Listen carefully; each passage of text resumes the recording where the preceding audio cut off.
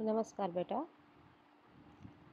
આજના દિવસનો આપણો ટોપિક હિસાબી પદ્ધતિ વિજ્ઞાન કે કળા, મતલબ કે is accounting science or an arts. એટલે એકચ્યુઅલી આપણે એ જોવું પડે કે હિસાબી પદ્ધતિ જે છે એ હિસાબી પદ્ધતિ કેવી રીતે સાયન્સ થાય છે, એટલે કે વિજ્ઞાન બને છે, અને કેવી રીતે તે કળા બની શકે છે. ટેમ્પરરી વસ્તુ આપણે સમજવા જઈએ તો સાયન્સની અંદર હંમેશા નીતિ નિયમો અને સિદ્ધાંતોનો સમાવેશ કરવામાં આવતો હોય. મતલબ કે વિજ્ઞાન હંમેશા નિયમો અને સિદ્ધાંતો પર આધારિત હોય છે. આ નિયમો અને સિદ્ધાંતો સર્વત્ર સ્વીકૃત હોય છે, મતલબ બધા દ્વારા સ્વીકૃત હોય અને કમ્પલસરી સ્વીકારવા જ પડે. હિસાબી પદ્ધતિ પણ વિજ્ઞાન છે. કેવી રીતે? તો કે તેની રચના માનવ દ્વારા તૈયાર કરવામાં આવેલા નિયમો અને સ્વીકૃત સિદ્ધાંતોના આધારે થયેલ છે. બધા નીતિ નિયમો ઉપર આખો આ સબ્જેક્ટ બનેલો છે. હિસાબી પદ્ધતિ એટલે કે એકાઉન્ટ. ધંધાના આર્થિક વ્યવહારોને ચોપડામાં નોંધવા માટે હિસાબી પદ્ધતિના નિયમોના આધારે વર્ગીકરણ કરવામાં આવે છે. હવે જે કંઈ પણ આર્થિક વ્યવહારો થાય છે તે હિસાબી પદ્ધતિની અંદર નોંધવા માટે થઈને ખાસ કરીને શું થશે તો તેના અલગ અલગ ચોપડાઓ બનાવવામાં આવે છે, અને એ અલગ અલગ ચોપડાઓમાં દરેકે દરેક વ્યવહારોનું વર્ગીકરણ કરવામાં આવે છે. વ્યવહારો નોંધવા માટે કોઈ પણ પ્રકારની વ્યક્તિગત આવડતનો ઉપયોગ કરવાનો હોતો નથી. તમે કોઈ પણ વ્યવહાર નોંધવા માટે થઈને તમારે પોતાની આવડતનો ઉપયોગ નથી કરવાનો. જે નિયમો છે ને તે રીતે જ કામ કરવાનું છે. નિયમોનું પાલન કરવાનું હોય છે. એટલે નિયમોના પાલનના આધારે એક જ પ્રકારના વ્યવહારો દ્વારા જુદી જુદી વ્યક્તિઓ દ્વારા હિસાબો તૈયાર કરવામાં આવે છે. નિયમ એક છે બેટા, એટલે સંસ્થા ભલે ગમે તેટલી હોય, વ્યક્તિઓ ભલે ગમે તે હોય, પરંતુ તેના દ્વારા લખવામાં આવતા હિસાબોની અસરો હંમેશા એક જ સરખી થતી હોય છે. કેમ 2+2 4 જ થાય, બરાબર છે. 2+1 = 3 જ થાય. મારે 2+1 4 લખવું છે તો ઇટ્સ નોટ પોસિબલ, બિકોઝ એ છે ને એક નિયમ છે. એટલા માટે એમ અકાઉન્ટિંગ જે છે ને બેટા, એ બી એક આખું નિયમ ઉપર ડિપેન્ડ્સ થયેલું હોય છે. નિયમોના પાલનના આધારે એક જ પ્રકારના વ્યવહારો દ્વારા જુદી જુદી વ્યક્તિઓ દ્વારા હિસાબો તૈયાર કરવામાં આવે તો હિસાબો તૈયાર કરવાની પ્રક્રિયા અને તેના પરિણામો સરખા જ હોય છે. મતલબ કે તમે ગમે તે કંપનીનું લઈ લ્યો, પણ નિયમો તો એક જ સરખા છે. એટલે આપણે એમાંથી ઉદ્ભવતા જે કંઈ પણ રિઝલ્ટ હશે એ બી કેવા હશે? સરખા હશે.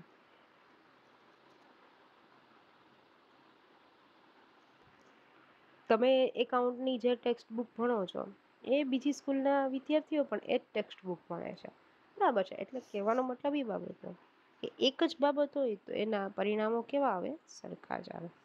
તેથી નિયમો અને સિદ્ધાંતોના કારણે હિસાબી પદ્ધતિ વિજ્ઞાન તરીકે ઓળખાય છે.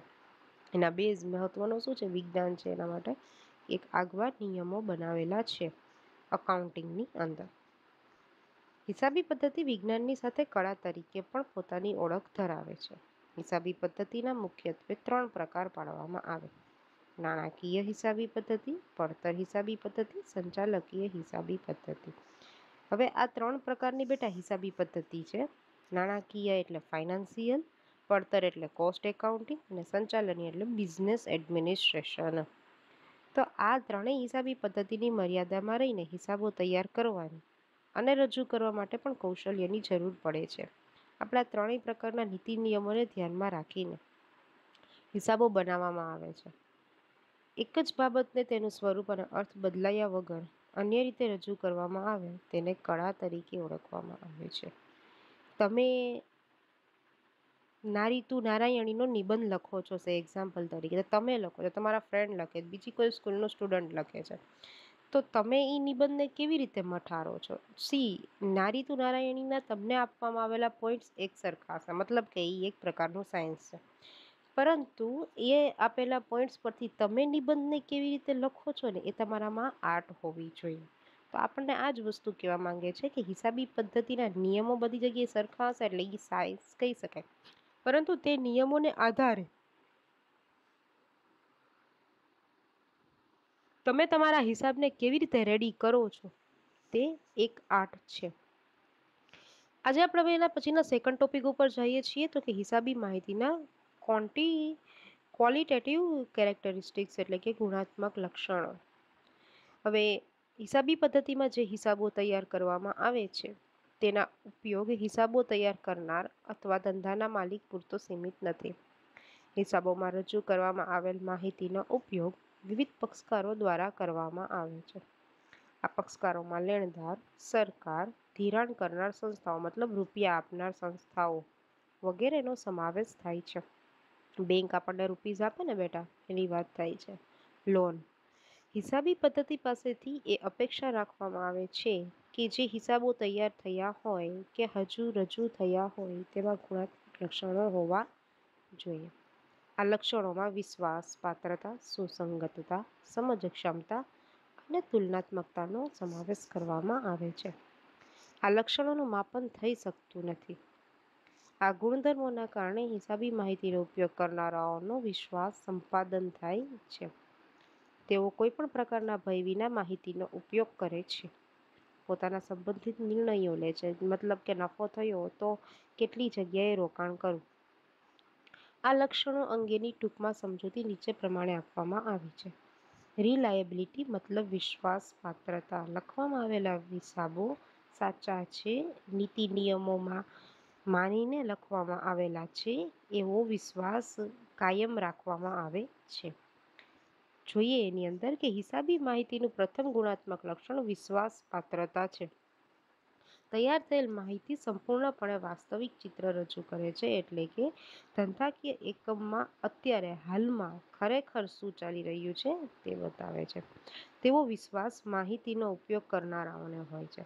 એટલે આપણી જે હિસાબી એટલે કે એકાઉન્ટને કોણ જોતું હોય તો કે ગવર્મેન્ટ, કારણ કે એને ટેક્સ લેવો હોય. એક જે આપણને લોન આપે છે તો આપણે એને હપ્તા ભરશું કે નહીં તેના માટે એ આપણે હિસાબોને જુએ. લેણદારો કે જેને આપણી પાસેથી લેવાના થાય છે, એટલે આપણું દેવું જેની પાસે છે, બરાબર છે. તો એ બધા જ વ્યક્તિઓ એવા વ્યક્તિઓ છે કે જે આપણી સાથે સંકળાયેલા એવા પક્ષકારો કે જે આપણા એકાઉન્ટને જોતા હોય છે. તો હવે આ એકાઉન્ટો જે છે એ સંપૂર્ણ સાચી માહિતી આપે છે તેવું તે લોકો માને છે. રજૂ કરવામાં આવેલ માહિતી સંપૂર્ણપણે ભૂલ રહિત હોવી જોઈએ. તેમાં હિસાબનીશ કે અન્ય પક્ષકારના કોઈપણ અંગત અભિપ્રાયોનો સમાવેશ થયેલ ન હોવો જોઈએ. આપણે ઈચ્છીએ તેવી રીતે ના ચાલે. એકાઉન્ટન્ટ જે ઈચ્છે એ ન ચાલે. એના નીતિ નિયમો છે તે પ્રમાણે જ કામ કરવાનું થાય. નિયમો અને સિદ્ધાંતોનું સંપૂર્ણપણે પાલન કરેલ હશે તો તૈયાર થયેલ માહિતી આપોઆપ વિશ્વાસપૂર્ણ રજૂઆત કરશે. આ વિશ્વાસપાત્રતાના લક્ષણમાં વિશ્વસનીય રજૂઆત, તટસ્થતા, વિચાર વિવેક અને પૂર્ણતા જેવા પેટા લક્ષણોનો સમાવેશ કરવામાં આવે છે. નેક્સ્ટ પોઈન્ટ ઉપર આગળ વધીએ તો સુસંગતપણું એટલે કે રિલેવન્સ. રજૂ કરવામાં આવેલ માહિતી ઉપયોગકર્તાની જરૂરિયાતોને પૂર્ણ કરે અથવા પૂર્ણ કરવા સક્ષમ હોય તે માહિતીને સુસંગત માહિતી કહેવામાં આવે છે. સુસંગતપણું એવું લક્ષણ છે કે જે ઉપયોગકર્તા પોતાના માહિતી આધારિત નિર્ણય લેવામાં મદદ કરે છે. હિસાબનીશ દ્વારા તૈયાર થયેલી માહિતી કે રજૂ કરવામાં આવેલ માહિતી એવી પ્રકારની હોવી જોઈએ કે રોકાણકાર આ માહિતીના આધારે નક્કી કરી શકે કે તેમાં ભૂતકાળના નિર્ણય બરાબર હતા, વર્તમાનના નિર્ણય બરાબર છે કે નહીં, અને ભવિષ્યનો નિર્ણય બરાબર હશે કે નહીં. મતલબ કે આપણે કમ્પેરિઝન કરી શકીએ છીએ. એકાઉન્ટની અંદર લખવામાં આવેલી માહિતી હંમેશા તમારા પાસ્ટ યર્સની સાથે ફ્યુચરમાં આવતા યર્સની સાથે તમે કમ્પેર કરીને લખી શકો છો, જેથી કરીને તમને નીતિ વિષયક નિર્ણયો લેવામાં મદદરૂપ થાય. સમજ ક્ષમતા અન્ડરસ્ટેન્ડેબિલિટી. સુસંગતતા ઉપરાંત રજૂ કરવામાં આવેલ માહિતીનો ઉપયોગ કરનાર દ્વારા સહેલાઈથી સમજી શકાય, તેનું યોગ્ય અર્થઘટન કરી શકાય તેવા પ્રકારની હોવી જોઈએ. એટલે તો નીતિ નિયમો પર આધારિત છે, જેથી કરીને બધાને નીતિ નિયમો ખબર હોય. સમજ ક્ષમતા એટલે એને સમજણ પડવી જોઈએ કે આપણે હિસાબો શું લખ્યા છે. સમજ ક્ષમતા એટલે આપવામાં આવેલ માહિતીનો અર્થ સ્પષ્ટ હોવો જોઈએ. જોકે માહિતીનો ઉપયોગ કરનાર પાસે ધંધાકીય આર્થિક પ્રવૃત્તિઓ અને હિસાબી બાબતોના પ્રારંભિક જ્ઞાન અંગે અપેક્ષા રાખવામાં આવે છે. જાણકારી હંમેશા ધંધાકીય એકમ તરફથી આપણને મળતી હોય છે. અને આર્થિક પ્રવૃત્તિઓ આપણી ધંધાકીય એકમની દરેક ધંધાકીય એકમ કરતાં અલગ હોય છે. તો આપણે જે કંઈ પણ આર્થિક પ્રવૃત્તિઓ કરીએ છીએ તેના ઉપરથી જે કંઈ પણ હિસાબો લખીએ છીએ તે સમજ ક્ષમતાની અંદર આવેલા હોવા જોઈએ, એટલે કે વ્યવસ્થિત રીતે લખાયેલા હોવા જોઈએ. હિસાબી પદ્ધતિના પોતાના પારિભાષિક શબ્દો છે જે આપણે હમણાં જોઈશું. નિયમો છે, સિદ્ધાંતો છે. નિયમ શું છે, સિદ્ધાંત શું છે એ આપણાના પછીના નેક્સ્ટ ચેપ્ટર્સમાં જોવાના જ છીએ. તે અંગેની અમુક જાણકારી જો ઉપયોગકર્તા પાસે ન હોય તો તે રજૂ કરેલ વિગતો સહેલાઈથી સમજી શકતો નથી. મતલબ કે જે એકાઉન્ટ જોવે છે એ વ્યક્તિને ખબર હોવી જોઈએ કે એકાઉન્ટના પારિભાષિક શબ્દો કયા કયા છે, એમાં ટર્મિનોલોજી કઈ કઈ યુઝ થાય છે, એના નીતિ નિયમો ક્યાં છે. જેને આ બાબતની ખબર ન હોય ને એને ઓલું ભેંસ આગળ ભાગવત અથવા તો કાળા અક્ષર ભેંસ બરાબર એના જેવી બાબત બને.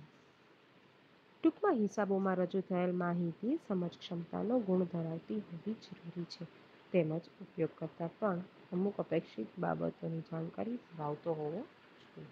એની પાસે જે ઉપયોગ કરે છે તેની પાસે પણ ઇન્ફોર્મેશન હોવી જરૂરી છે, અને એટલે જ તો તમારામાં એકાઉન્ટ સબ્જેક્ટ નાખવામાં આવતો હોય છે. તુલનાત્મકતા. તો હિસાબી પદ્ધતિનું અન્ય ગુણાત્મક લક્ષણ એ તુલનાત્મકતા છે. કમ્પેરિઝન શક્ય બને છે. હિસાબી માહિતી એવી રીતે તૈયાર અને રજૂ થવી જોઈએ જેથી કરીને તેના ઉપયોગકર્તાઓ ધંધાની નફાકારકતા અને આર્થિક સદ્ધરતા અંગેના બે સમયગાળાની તુલના કરી શકે. મતલબ કે આર્થિક સમયગાળો જે અત્યારે જાય છે તે અને પાસ્ટ યર્સની જે કંઈ પણ પ્રોફિટેબિલિટી થઈ છે, મતલબ કે નફો મેળવેલો છે, તેની તમે શું કરી શકો છો, કમ્પેરિઝન કરી શકો છો. તુલનાત્મક ગુણધર્મો હોવાથી ઉપયોગકર્તાઓ દ્વારા બે જુદા જુદા સમયગાળાના પરિણામોની તુલના કરીને પોતાના નિર્ણયો લેતા હોય છે. કંપનીના કિસ્સામાં તૈયાર થયેલ હિસાબોમાં ગયા વર્ષની અને ચાલુ વર્ષની હિસાબી બાબતો જેવી કે આવકનું પત્રક શું છે, તો કે નફા નુકસાનનું પત્રક છે ને તે ડેટા, પાકું સરવૈયું રોકડ પ્રવાહ પત્રક આપવામાં આવેલ છે, કેશ ફ્લો સ્ટેટમેન્ટ. આપણે આ બધું જ ડેપ્થમાં ભણવાના છીએ એટલે અત્યારે ખાલી નામને યાદ રાખીએ. આવી અહીં બે સમયગાળાની જુદી જુદી હિસાબી બાબતોની તુલના થતી હોય છે. જો પાકું સરવૈયું છે ને બેટા, કોઈ પણ કંપનીનું છેલ્લા 3 વર્ષની તુલના બતાવે. પછી રોકડ પ્રવાહ પત્રક છે ને એ તો આપણે તુલના કરીને જ બનાવવાનું થતું હોય છે. બનાવશું ને એટલે તમને પ્રેક્ટિકલી ખબર પડશે. આવકનું પત્રક પણ છેલ્લા 3 વર્ષનું છે ને નફો કે નુકસાન શું છે ને એ આપણને દેખાડતું હોય. તો આ પરથી આપણે શું કરી શકીએ છીએ, આપણા લાસ્ટ એટલે પાસ્ટ યર્સ જેટલા ગયા છે ને એની સાથે આપણે કમ્પેરિઝન કરી શકીએ છીએ. ઉપરાંત આંતરપેઢી તુલના પણ થઈ શકે છે. ટૂંકમાં સંપૂર્ણ સાચી અને ઉપયોગી હિસાબી માહિતીને તેના ગુણાત્મક લક્ષણો સામે સમાવેશ કરી નીચે પ્રમાણે રજૂ કરી શકાય. સંપૂર્ણ અને સાચી ઉપયોગી હિસાબી માહિતી બરાબર શું એનું સૂત્ર બને, તો કે વિશ્વાસપાત્રતા પ્લસ સુસંગતપણું, સમજ ક્ષમતા અને તુલનાત્મકતા. આ 4 ગુણ ક્વોલિટેટિવ ગુણ આની અંદર એટલે કે એકાઉન્ટિંગ સબ્જેક્ટ્સની અંદર હોવા જોઈએ. તમે જે એકાઉન્ટ લખો છો તેની અંદર હોવા જોઈએ.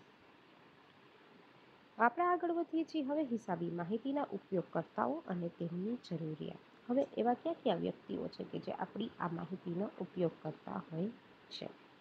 સૌથી પહેલું આવશે તો કે સંચાલકો એટલે કે મેનેજમેન્ટ ડિપાર્ટમેન્ટ. સંચાલકો કોને કહેવાય બેટા? આપણી કંપનીના એવા વ્યક્તિઓ છે નીતિ અને નિયમોનું ઘડતર કરે છે. કંપનીના સ્વરૂપમાં શેરહોલ્ડર માલિક ગણાય છે અને કંપનીનું બોર્ડ ઓફ ડિરેક્ટર્સ આ સંચાલન કરવામાં આવે છે. તેમના દ્વારા લેવામાં આવેલા નીતિ વિષયક નિર્ણયોની અસર હિસાબોમાં પ્રતિબિંબિત થતી હોય છે. જો કોઈ પણ વસ્તુ હોય ને તો આપણે જેવા નિર્ણય લઈએ ને તો પરિણામ એનું એવું જ આવે, બરાબર છે. તો સંચાલકો પણ કંપની અંગેના નિર્ણયો લેતા હોય તો તેનું પ્રતિબિંબિત એમના જે કંઈ પણ રિઝલ્ટ આવે તેની અંદર જોવા મળે છે. ધંધાના નક્કી કરેલ ઉદ્દેશો તેઓ હાંસલ કરી શક્યા છે કે કેમ તે અંગેની જાણકારી પ્રાપ્ત કરે છે. તેમનું કાર્ય આયોજન અને અંકુશના આધારે નિર્ધારિત ઉદ્દેશોની પ્રાપ્તિ અંગેનું છે. કેવી રીતે આપણે આપણા ધ્યેયને પહોંચી શકીએ તેવું સંચાલકોનું મહત્વનું આયોજન કરવું જરૂરી છે. તેઓ આયોજિત અંદાજો અને ખરેખર પરિણામોની સરખામણી કરીને તફાવત શોધે છે અને વિચલનોનું પુનરાવર્તન ન થાય તે રીતે સુધારાત્મક પગલાં છે. વિચલન એટલે કે ભૂલ. કોઈ પણ કારણસર અટકાવ આવે ને આપણા કામમાં તો એને વિચલન કહેવાય. તો એનું પુનરાવર્તન ન થાય, મતલબ વારંવાર ભૂલ ન પડે, એના માટે સંચાલકો સુધારાત્મક પગલાં પણ લેતા હોય છે. હિસાબો એ સંચાલકો માટે તેમની કાર્યક્ષમતા માપવા અંગેનું આદર્શ સાધન છે. સંચાલકો એ આંતરિક ઉપયોગકર્તા તરીકે વર્ગીકૃત કરી શકાય, મતલબ કે ધંધાકીય એકમની અંદર કામ કરતો મેઇન વ્યક્તિ એટલે સંચાલક, જે આખી કંપનીનું, જે ધંધાકીય એકમનું સંચાલન કરતો હોય છે અને એના દ્વારા લેવામાં આવેલા નીતિ વિષયક નિર્ણયોની અસર જે તે બાબત ઉપર પડતી હોય છે, કંપની ઉપર પડતી હોય છે. નેક્સ્ટ આપણે જોઈએ છીએ શેર હોલ્ડર્સ. કાયદાકીય જોગવાઈઓના આધારે કંપનીના સંચાલકોએ નિર્ધારિત સમય મર્યાદામાં તમામ શેર હોલ્ડર્સને કંપનીના હિસાબોની પ્રમાણિત નકલ મોકલવાની હોય છે. શેર હોલ્ડર બેટા માલિકો છે. શેર હોલ્ડરો એટલે એવી વ્યક્તિઓ કે જે આપણી કંપનીની અંદર રોકાણ કરે છે. હવે એ જ્યારે કોઈ પણ વ્યક્તિ આપણી અંદર રોકાણ કરે ને બેટા, એટલે એ પહેલાં હિસાબો આપણા ચેક કરે કે આપણી કંપની કેવી રીતે ચાલી રહી છે, આપણી કંપની એને વ્યાજ તરીકે ડિવિડન્ડ આપશે કે નહીં આપે, બરાબર. તો આ બધી બાબતો ચેક કરવા માટેને શેર હોલ્ડર છે ને આપણા હિસાબો ખાસ જોઈએ, અને એટલા જ માટે આપણા જે શેર હોલ્ડરો હોય ને એને દર વર્ષે જે આપણે હિસાબ બનાવીએ ને એ 31 માર્ચનો હિસાબ, આપણું વર્ષ છે ને બેટા 1 એપ્રિલથી 31 માર્ચનું હોય એકાઉન્ટિંગ યર, 1 એપ્રિલથી 31 માર્ચનું. એટલે તમે ઘણા બધાની આગળ સાંભળ્યો છે કે માર્ચ એન્ડિંગ ચાલે છે, આ એટલા માટે એમ કહેતા હોય કે માર્ચ એન્ડિંગ ચાલે છે. તો આ 31મી માર્ચના દિવસે જે હિસાબો બને ને એ આપણે શેર હોલ્ડરોને આપવાના થાય. કંપનીના વિકાસ અંગે જાણકારી પ્રાપ્ત કરે છે અને કંપની ભવિષ્ય અંગેનો અંદાજ પણ કરે છે કે ફ્યુચરમાં આ કંપની કઈ રીતે આગળ વધશે. આ બાબતના આધારે તેઓ નક્કી કરે છે કે કંપનીના શેરમાં રોકાણ રાખવું કે નહીં. પર્યાવરણની રક્ષા હેતુસર હવે કંપનીઓને ઈમેલ દ્વારા પણ હિસાબો મોકલવાની શરૂઆત કરી શકાય છે. સંભવિત શેર હોલ્ડરો એટલે એવા શેર હોલ્ડરો કે જે નજીકના ભવિષ્યમાં આપણી કંપનીના શેર હોલ્ડર બનવા માંગે છે. તો એ તો વ્યક્તિઓ હંમેશા આપણી શું કરશે, તમે છે ને કોઈ એક નવી સ્કૂલમાં જો એડમિશન લેવાના હોય તમે શું કરશો, એના છેલ્લા દિવસોના રિઝલ્ટ જુઓ કે ના જુઓ, બરાબર છે. હવે એ રિઝલ્ટને તમે કમ્પેર કરશો, પછી તમે વિચારશો કે ભાઈ આ સ્કૂલમાં જવું કે આ સ્કૂલમાં જવું. તો એની જેમ છે સંભવિત શેર હોલ્ડરો એટલે એવા પ્રકારના રોકાણકારનો વર્ગ કે જેઓ પોતે કંપનીના શેર ખરીદવાની ઈચ્છા ધરાવે છે. કંપનીના શેરમાં રોકાણ કર્યા પછી તેમાંથી અપેક્ષિત વળતર મળશે કે કેમ, એટલે કે ડિવિડન્ડ મળશે કે કેમ, તે અંગેની જાણકારી મેળવવાના હેતુસર આ વર્ગ દ્વારા કંપનીની હિસાબી માહિતીનો ઉપયોગ કરવામાં આવે છે. આજે આપણે અહીંયા સુધી રાખીએ છીએ. એના પછીના જેટલા પારિભાષિક શબ્દો છે એ આપણે નેક્સ્ટ લેક્ચરમાં અહીંથી જ કન્ટિન્યુ કરશું. ત્યાં સુધીમાં હોમવર્કમાં શું કરવું એ હું નોટ્સ મોકલું છું, તમારું ખાસ ધ્યાન રાખજો.